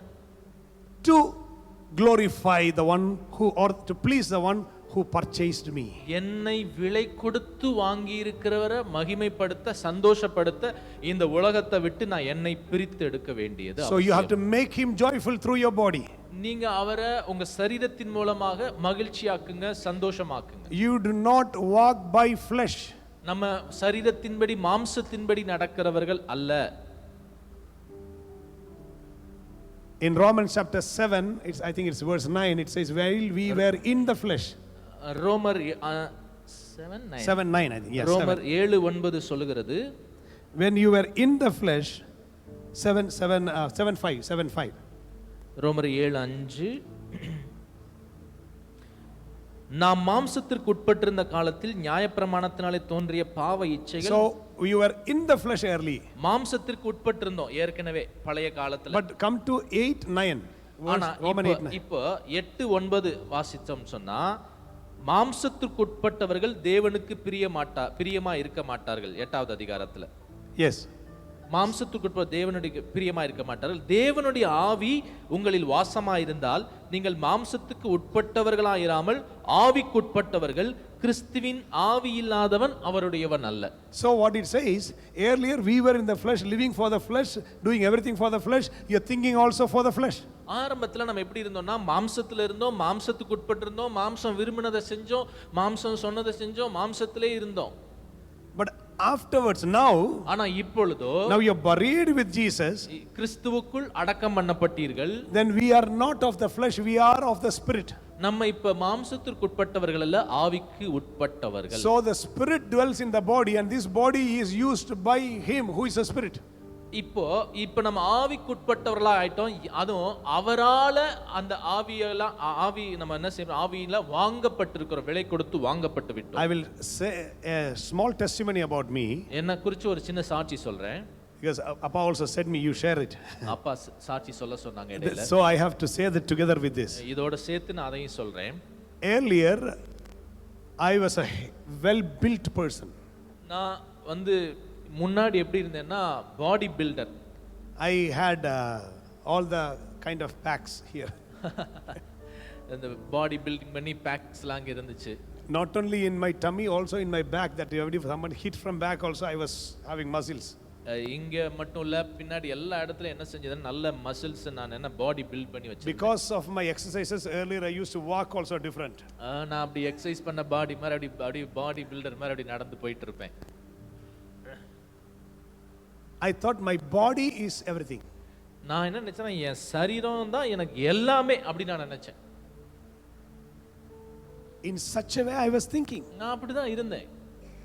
Though I was a pastor's child, நான் ஒரு போதகருடைய மகனாக இருந்தாலும், I used to secretly do exercise. நான் மறைவாக போய் ரகசியமா எக்ஸசைஸ் நிறைய பண்ணுவேன். But sometimes my dad used to see and say, what is this man doing?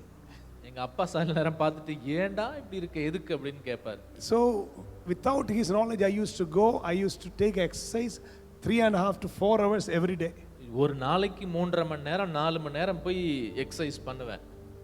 Full built. அப்படி உடலை வளர்த்திருந்தேன். In one sitting I will take 18 parotas and 3-4 plate of meat. ஒரே வேளையில 18 புரோட்டாவும் நல்ல கறியும் என்ன செய்வேன்னா சாப்பிடுவேன். 3-4 plate. 3-4 தட்டு கறி சாப்பிட்டுருவேன். And again my tummy will be flat. ஆனாலும் ஃபிளாட்டா தான் இருக்கும் எல்லாம். Very well fit. ஃபிட்டா வச்சிருப்பேன். I thought I am very strong. நான் ரொம்ப ஸ்ட்ராங்னு நினைச்சிட்டு இருந்தேன் நான். I had many various kinds of friends. நிறைய வித்தியாசமான எனக்கு ஃப்ரெண்ட்ஸ் இருந்தாங்க, நிறைய பேர் இருந்தாங்க. In the year 1991, 1991ல September 25, செப்டம்பர் 25ஆம் தேதி I was stabbed. நான் கத்தியால குத்தப்பட்டேன். Because of my muscle, I didn't even know I was stabbed. என்னுடைய அந்த மசில்ஸ் வந்து டைட்டா இருந்ததுனால அது குத்தப்பட்டதுன்றது கூட எனக்கு தெரியல. I thought somebody just hit me. It was a dark யாரோ area. என்ன இடிச்சிட்டு போயிட்டான்னு நினைச்சேன். ஆனா கத்திய வச்சு நல்லா Because குத்திட்டான். there was a small argument, I could not think that he will stab me. ஒரு சின்ன வாக்குவாதம், அதுல அவன் என்னை கத்தியால குத்துவான்னு நினைக்கல, குத்திட்டான். And moreover, he ran like that. So I thought, okay, he just hit me and ran coward. நான் என்னத்தையோ இடிச்சிட்டு போறான் போலன்னு போயிட்டான்னு நினைச்சிட்டு இருக்கிறேன். After some time, I turned again. I felt he came again, hit and ran. நான் அதை உணர்ந்துட்டு இப்படி திரும்பி பார்க்கறதுக்குள்ள மறுபடியும் வந்து குத்திட்டு ஓடிட்டான் கத்தியால. But at that time, I didn't know that he is stabbing me. என்ன அவன் கத்தியால குத்துனான்றது கூட எனக்கு உணர முடியல. And I was turning, looking for him. Again, he came and hit and again ran. மறுபடியும் நான் இப்படி சுத்தி பார்த்துட்டு இருக்கிறதுக்குள்ள பின்னாடி வந்து இங்க ஒரு குத்திட்டான். From a distance, one man cried out saying, "Thambi, அவன் கையில கத்தி இருக்கு, be careful." தூரத்துல இருந்து ஒருத்தர் கத்துறாரு, தம்பி அவன் கையில கத்தி வச்சுக்கிட்டு இருக்கான் அப்படின்னு கத்துறாரு. Then I touched. அப்பதான் நான் தொட்டு பார்க்கறேன். My intestine was out. என்னோட குடல் அப்படியே வெளியே வருது. I held that in my hand. அதை அப்படியே கையில வச்சுக்கிட்டேன், பிடிச்சிக்கிட்டேன். A fear entered. A chillness of the bones entered. உடம்புல பயம் வந்தது, உடம்பெல்லாம் குளிர்ந்துருச்சு, வேர்த்துருச்சு. My dad used to stand in the public and preach to the people and ask, if you die tonight, where you will spend your eternity. என்னோட அப்பா ஒவ்வொரு முறையும் பிரசங்கிக்கிறப்பெல்லாம் கேட்பாரு, இன்றைக்கு நீங்க மரித்தா எங்க போவீங்க அப்படின்னு கேட்பாரு. I used to stand and listen that. நான் நிறைய தடவை அது கேட்டிருக்கேன். I also would stand and distribute the literatures with him to please him. எங்க அப்பா பிரசங்கம் பண்றப்ப நான் போய் எல்லாருக்கும் ட்ராக்ஸ் கொடுத்துக்கிட்டு இருப்பேன், நோட்டீஸ் கொடுத்துக்கிட்டு இருப்பேன். But that day it came to me. ஆனா அந்த கேள்வி அன்னைக்கு எனக்கு வந்து கேட்டுச்சு. I knew I was only living for the body. அப்பதான் எனக்கு தெரிஞ்சு நான் இந்த மாம்சத்துக்காக மட்டும்தான் வாழ்ந்துகிட்டு இருக்கேன் அப்படின்னு. I said to the Lord, ஆண்டவர்ட்ட சொன்னேன், Lord, if you can give me one chance, ஆண்டவரே எனக்கு இன்னொரு வாய்ப்பை நீங்க கொடுப்பீங்கன்னு சொன்னா, I will know about you and I will be a witness to you. நான் உங்களை அறிந்து உங்களுக்கு சாட்சியாய் வாழ்வேன். I was taken to one hospital. They said no chance, he will not survive. ஒரு ஹாஸ்பிடல் கொண்டு போனாங்க, அங்க சொல்லிட்டாங்க வாய்ப்பு இல்ல, பிழைக்க மாட்டாரு. Because all the intestines came out. அந்த குடல்லாம் வெளியே வந்து, You know, once intestine comes out, it just goes off. It cannot be hauled. It was just slipping off my hand. அது குடல் வெளியே வந்துருச்சுன்னா திருப்பி அது ஷேப்புக்கு உள்ள கொண்டு போக முடியாது. It was slipping off. அது அப்படியே வழுகி ஓடுது.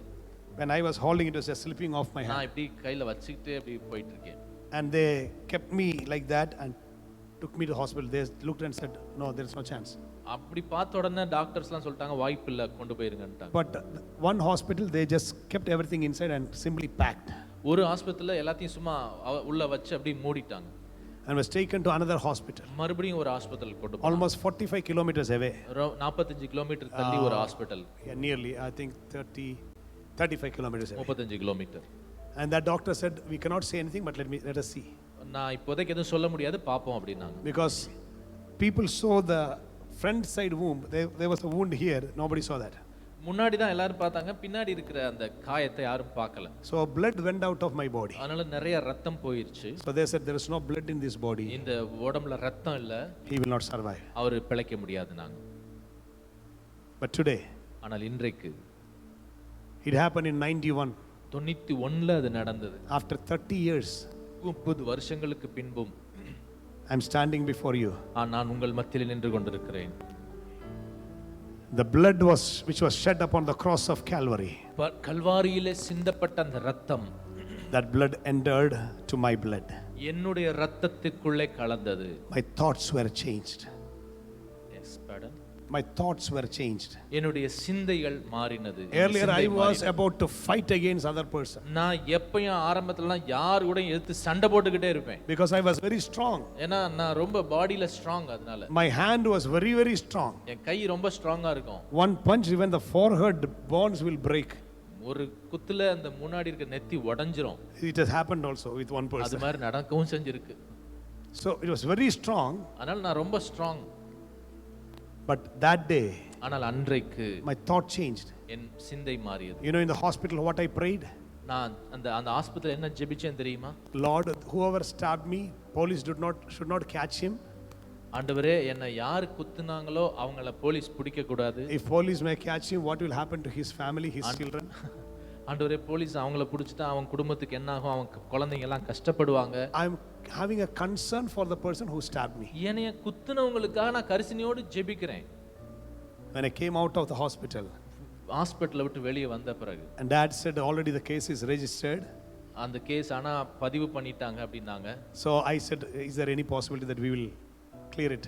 ஆனா அந்த கேஸை ஏதாவது வாய்ப்பு இருந்தா க்ளோஸ் பண்ணிடுவோம்னு நான் சொன்னேன். And he looked at me. He said, yes, we will. அப்ப பார்த்துட்டு ஓகே அதை செய்யலாம் அப்படின்னாரு. And we went to the court. We said, we have no case against him. Discharge. அவனுக்கு விரோதமா எந்த வழக்கும் நாங்க போடாம அதை வெளியே வந்துட்டோம். After a few years, he came to me. கொஞ்ச வருஷங்களுக்கு அப்புறமா அவர் அந்த குத்துன நபர் என்ன தேடி வந்தார். He touched my feet and said, you are the only person who forgave me. I'm a hired killer. அவன் சொன்னா, காலை பிடிச்சு சொன்னா, நீங்க ஒரே ஒருத்தர் தான் என்னை மன்னித்த நபர். நான் வந்து யாருன்னா கூலிக்கு கொலை செய்கிற ஒரு ஆள். So you forgave me. என்னை மன்னிச்சிட்டீங்க. I'm sorry for what I did. நான் செஞ்சதுக்காக நான் மனம் வருந்துறேன் அப்படின்னு. From my experience, I am sharing to you. என்னுடைய அனுபவத்திலிருந்து நான் சொல்றேன். Blood of Jesus can change your complete thinking. கர்த்தருடைய ரத்தம் உங்களுடைய சிந்தைகளை முழுவதுமாய் You மாற்ற will be முடியும். filled with such a love. நீங்க ஒரு அன்பினால் மூடப்பட முடியும். Sometimes devil will try to bring all the temperament and all the behaviors. சில நேரம் பிசாசு அந்த பழைய வெறிச்சல் பழைய கோபத்தை தூண்டி விடுகிறதுக்கு உள்ள முயற்சி செய்வான். But let us have the mind of Christ as a weapon. நம்ம கிறிஸ்துவின் சிந்தையை ஆயுதமாக தரித்துக் கொள்வோம். ஹல்லேலூயா. You will overcome. நீங்க ஜெயிப்பீர்கள். You will overcome. நீங்கள் ஜெயிப்பீர்கள். Every situation. எல்லா சூழ்நிலைகளையும் Move with love. அன்போடு அணுகுங்க. Be filled in the love of Jesus. நீங்க அந்த அன்பினால் கிறிஸ்துவின் அன்பினால் நிறைக்கப்பட்டு The moment when you start loving them, it will burn inside you as a fire. நீங்க பிறரை நேசிக்க ஆரம்பிச்சீங்கன்னு வெச்சுக்கோங்களேன், உங்களுக்குள்ள அது ஒரு அனலை பற்ற வச்சிரும். அனல் பற்ற வச்சிரும். Once that burns inside you, அந்த அனல் நேச அனல் உள்ள பற்றிருச்சுன்னு சொன்னா, earlier you have to beat and subdue. ஆரம்பத்துல அடிச்சு அவங்கள கீழ்ப்படுத்தணும்னு நினைச்சிருந்திருப்போம். But when love flows in you, ஆனா அன்பு அப்படி பொங்கும்போது just பெருகும்போது go and touch the person. அவங்கள அப்படி போய் தொட்டா போதும், This fire will start consuming them. அந்த எனக்குள்ள இருக்கிற அந்த நேச அக்கினி அவங்கள அப்படி எரிச்சிரும். They will start melting. அவங்க அப்படி உருகிடுவாங்க. There is power in love. அன்பிலே வல்லமை இருக்கிறது. God is love. ஆண்டவர் அன்பாகவே இருக்கிறார். Jesus love. இயேசு அன்பாகவே இருக்கிறார். Let us be filled in the love of God. அந்த அன்பினால் நாம் நிறைக்கப்படுவோம்.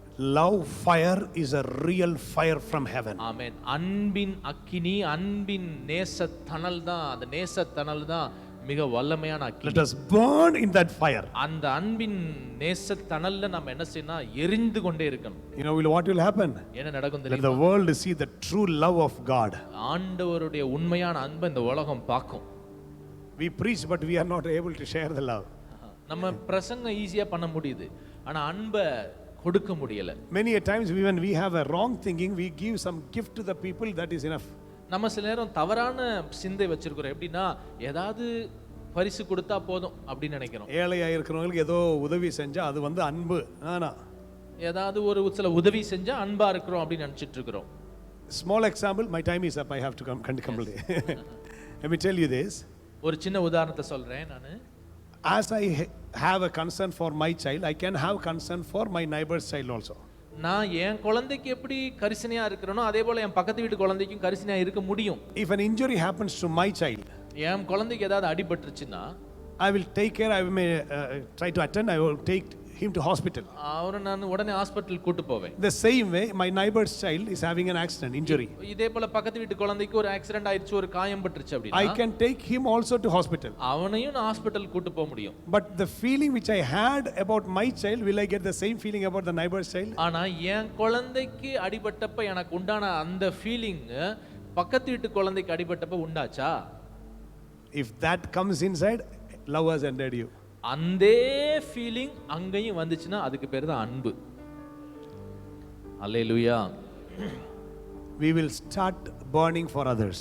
நம்ம பிறருக்காக எரிந்து கொண்டிருக்க வேண்டும். And as a servant of God, an apostle of God, நான் ஒரு ஊழியனாக அப்போஸ்தலனாக I stand here to transfer that gift to you. அந்த வரத்தை உங்களுக்கு நான் அளிக்கிறேன். Hallelujah. Hallelujah. Let you be filled with the anointing of love. தேவனுடைய அந்த நேசத்தின் அபிஷேகத்தினால் நீங்கள் Let you நிறைக்கப்படுவீர்கள். be filled with that stable mindset. ஆண்டவருடைய அந்த நிலையான சீரான சிந்தை உங்களுக்குள்ளே Let உண்டாகும். us all have the mind of Christ. நம்மளுக்கு எல்லாம் அந்த கிறிஸ்துவின் சிந்தை உண்டாகி இருப்பதாக We will overcome. நம்ம ஜெயிக்கலாம். I can do all things through Christ which strengthens me. என்னை பலப்படுத்துகிற கிறிஸ்துவினாலே எல்லாவற்றையும் செய்ய பலன். Christ is not a person, it is an anointing. கிறிஸ்து என்பது ஒரு மனுஷன் அல்ல, கிறிஸ்து என்பது அபிஷேகம். With the anointing, அந்த அபிஷேகத்தினாலே I can do all things. எல்லாவற்றையும் செய்ய Let that முடியும். anointing be upon you. அந்த அபிஷேகம் உங்கள் மேல் Let us இருப்பதாக. stand in the presence of God. எல்லாரும் எழுந்து நின்று தேவ Appa will சமூகத்தில் be coming forward now. Shimala kataraba. Likatara kararaba. Shamdala tiyara. Protali yantararaba. Prokemanasi yantararaba. Ibala haskatara kararaba. Protaniante. Hallelujah. Jesus, Jesus, Jesus. Hartura rabala protamanadi antarara. Surrender to the Lord. ஆண்டவருக்கு ஒப்பு கொடுப்போம். Simply hand over every burden to Him. எல்லா பாரங்களையும் அவரிடத்தில் அப்படியே ஒப்பு கொடுத்துருவோம். Every burden to the Lord. எல்லா பாரங்களையும் அவரிடத்தில் ஒப்பு கொடுத்துருவோம். Every worries, எல்லா கவலைகளையும், every tension, எல்லா tension leave at His feet ஆண்டவருடைய பாதத்துல இறக்கி வைப்போம். and say to the Lord, Lord, fill me with your love. ஆண்டவரே உங்க நேசத்தினால என்னை நிரப்புங்கப்பான்னு சொல்லி கேளுங்க. Fill me with your love and peace. I'm trusting you. Let me overflow with love. I'm loving you. Fill me with your joy and peace. I'm trusting you. Let me overflow with love. I'm loving you. Fill me with your joy and your peace. Fill me with your joy and your peace. I love you. I love you. I love you. I love you. Fill me with your joy and peace. I'm trusting you. Let me overflow with love. I am loving you. Fill me. சொல்லுங்க என்ன நிரப்புங்க என்னை ஆண்டவரே. நிரப்புங்கப்பான்னு சொல்லுங்களேன். என்னை Fill நிரப்புங்கப்பா. me. என்னை நிரப்புங்க ஆண்டவரே. Fill me. ஆண்டவரே என்ன உங்க அன்பினாலும் சமாதானத்தினால என்னை Let me நிரப்புங்க ஆண்டவரே. overflow with love. ஆண்டவரே நான் அந்த அன்பினாலே பொங்கும்படியாக. Let me overflow with love. ஆண்டவரே உங்க ஓவர்ஃப்ளோ ஆண்டவரே அந்த அன்பினால் நான் நிறைந்து வழியும்படியாக. That is a weapon against the devil. அதுதான் பிசாசுக்கு எதிரான ஆயுதம். Let your mind be filled with the love of Christ. ஆண்டவருடைய சிந்தையானது ஆண்டவருடைய அந்த சிந்தையினால் நிறைக்கப்படுவது ஆயுதம். Filled in the love. ஆண்டவருடைய அன்பினால் நிறைக்கப்படுவோம். Let that burn within you. அது உள்ளுக்குள்ள பற்றி எரிவதாக. Do not be troubled or concerned about what is happening to you. என்ன இப்ப எனக்கு உங்களுக்கு நடந்துகிட்டு இருக்கோ அத பத்தி யோசிக்காதீங்க. Just say, because all these things are happening to me, I will be a useful vessel. நான் இதெல்லாம் எனக்கு நடக்கிறதுனால நான் தேவனுடைய கரத்துல பிரயோஜனமுள்ள பாத்திரமாய் மாறுவேன். I will be a vessel. நான் பாத்திரமாய் மாறுவேன். I am your vessel, Lord. ஆண்டவரே நான் உங்க கரத்துல இருக்கிற பாத்திரம். I am a kingdom worker. ஆண்டவரே நான் ராஜ்யத்தின் வேலை செய்கிறவன். I am a kingdom worker. நான் ராஜ்யத்தின் வேலையை செய்கிறவன். I am thinking about your kingdom. உங்க ராஜ்யத்தை குறித்தே யோசிக்கிறவர்கள். I am not troubled about what is happening to ஆண்டவரே me. இப்போ எனக்கு என்ன நடந்துகிட்டு இருக்கோ அத பத்தி நான் ஆண்டவரே குழப்பம் அடைய மாட்டேன். I am not thinking about my personal situations. ஆண்டவரே இப்ப இருக்கிற அந்த சூழ்நிலையை பார்த்து நான் பயப்பட மாட்டேன். I am not worried about my family. என் குடும்பத்தை குறித்து நான் கவலை கொள்ள மாட்டேன். I am yours. நான் உம்முடையவன். Whatever I have is yours. நான் என்ன வைத்திருக்கிறேனோ அதெல்லாம் உம்முடையது. Lord, give me that weapon of your mindset. ஆண்டவரே உங்க ஆயுதமாகிய அந்த சிந்தை எனக்கு கொடுப்பீராக. Give me that weapon, Lord. ஆண்டவரே அந்த ஆயுதத்தை எனக்கு கொடுப்பீராக. Hallelujah. Hallelujah. Hallelujah. Hallelujah. Let you have that weapon today. ஆண்டவரே அந்த வெப்பன் உண்டாவதாக. Let you have that weapon today. அந்த ஆயுதம் உங்களுக்கு உண்டாவதாக. Let you have that weapon today. அந்த ஆயுதம் இன்றைக்கு உண்டாவதாக. A mindset மனநிலை The mind of Christ. சிந்தை கிறிஸ்துவின் Mind of சிந்தை. Christ. கிறிஸ்துவின் சிந்தை Mind of Christ. கிறிஸ்துவின் சிந்தை Stable mindset. சீரான சிந்தை Unwavering mindset. நிலையான சிந்தை எந்த மாத்திரமும் யாராலையும் அசைக்க முடியாத சிந்தனை. சிந்தை. Hallelujah. Hallelujah. I will not be shaken.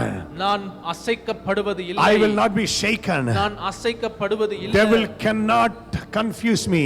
பிசாசு என்னை குழப்ப முடியாது. Devil cannot disturb me. பிசாசு என்னை வேதனைப்படுத்த I am முடியாது. having the mindset. நான் கிறிஸ்துவின் சிந்தை உடையவனாய் Though I am இருக்கிறேன். tortured in the flesh. நான் மாம்சத்திலே பாடுபட்டாலும் Though I am troubled in the flesh. நான் மாம்சத்திலே பாடுகளை அனுபவித்தாலும் Whatever disturbances may come in the flesh. என்ன விதமான பாடுகள் சரீரத்திலே வந்தாலும் My mindset is Christ mindset. என்னுடைய சிந்தை கிறிஸ்துவின் சிந்தை. Oh, I have a weapon. எனக்கு ஒரு ஆயுதம் இருக்கிறது. I'm using that weapon against the devil. நான் அந்த சிந்தையை என்கிற ஆயுதத்தை பிசாசுக்கு Devil, you are எதிராக under my feet. பிசாசே நீ என்னுடைய காலுக்கு கீழானவன். Oh, you are a failure. நீ தோற்று போனவன். But I have a promise that I am led in victorious procession everywhere for the glory of God. நான் ஒரு மகிமையான வாக்குத்தத்தத்தை உடையவனாய் இருக்கிறேன். நான் ஜெயம் பெறுகிறவன் என்கிற வாக்குத்தத்தத்தை உடையவனாய் இருக்கிறேன். I am led in triumphal procession everywhere for the glory of his name. நான் எல்லா இந்த யுத்தத்தின் மேல இயேசு கிறிஸ்துவின் மகிமையான நாமத்தினால வெற்றி எடுக்கிறேன். Hallelujah. Hallelujah. Hallelujah. Hallelujah. Hallelujah. Hallelujah. Surrender yourself உங்களை ஒப்புக்கொடுங்க. and say to Lord, Lord, thank you. ஆண்டவரே உமக்கு நன்றி அப்பா. Thank you, Jesus. நன்றி ஆண்டவரேன்னு சொல்லுங்க. நன்றி சொல்லுங்க. Thank you. நன்றி For every troubles and every disturbances, I thank you. எல்லா எனக்கு உண்டாயிருக்கிற நெருக்கங்கள் சோதனைகள் பாடுகளுக்காய் நன்றி சொல்லுகிறேன். Thank you for this training, Lord. ஆண்டவரே நீங்க எனக்கு பயிற்சி கொடுக்கிறதற்காய் நன்றி. Wonderful training you have given me. ஆண்டவரே சிறந்த பயிற்சியை கொடுக்கிறதற்காய் நன்றி. I am not consumed. ஆண்டவரே நான் எரிந்து போவது இல்லை. You were only refining me. என்ன நீங்க சுத்திகரிக்கிறீங்கப்பா. You have refined me. என்ன சுத்திகரிக்கிறீங்க I ஆண்டவரே. am more than a conqueror. நான் முற்றும் ஜெயம் I am கொள்ளுகிறவன். more than a conqueror. நான் ஜெயத்திற்கு மேலாக ஜெயம் I எடுக்கிறேன். am more than a conqueror. நான் ஜெயத்திற்கு மேலாக ஜெயம் எடுக்கிறேன். Devil, you are under my feet. பிசாசே நீ என் காலுக்கு கீழானவன். You are under my feet. என் காலுக்கு கீழானவன். Thank you, Lord, for the victory. ஆண்டவரே ஜெயத்திற்காய் உமக்கு நன்றியை செலுத்துகிறோம். Thank you, Master, that you have answered. ஆண்டவரே உமது பதில்களுக்காய் நன்றி அப்பா. In Jesus' name. இயேசுவின் நாமத்தினாலே. Amen. Amen. Thank you so much. Thank you. We love you. We love you. Thank you for gathering. Thank you for coming forth. We just want to say that we love you. ஆமென். நீங்க வந்ததுக்காக நன்றி. உங்க எல்லாருக்கும் என்னோட அன்பை நான் May செலுத்துகிறேன். God fill you with the love from heaven. ஆண்டவர் Hallelujah. தமது அன்பினால் உங்களை நிறைத்திருக்கிறார். Thank you. I cannot simply say by words how much I love the anointed of God. Hallelujah. நான் சும்மா அப்பாவை எவ்வளவு நேசிக்கிறேன்றத வார்த்தையில எல்லாம் சொல்ல முடியாது. Amen. I won't say that also. Amen. Jesus. We feel it. அதை அனுபவிக்கிறோம். Hallelujah. Glory be unto his name. கர்த்தருடைய Amen. நாமமே மகிமைப்படுவதாக. Love him. ஆண்டவரை நேசிங்க. He will never leave you. அவர் உங்களை விடவே Amen. கைவிடவே மாட்டார். Thank you, John. Thank you. Thank you. Thank you. Hallelujah. Ika pagadarala. நன்றி அப்பா.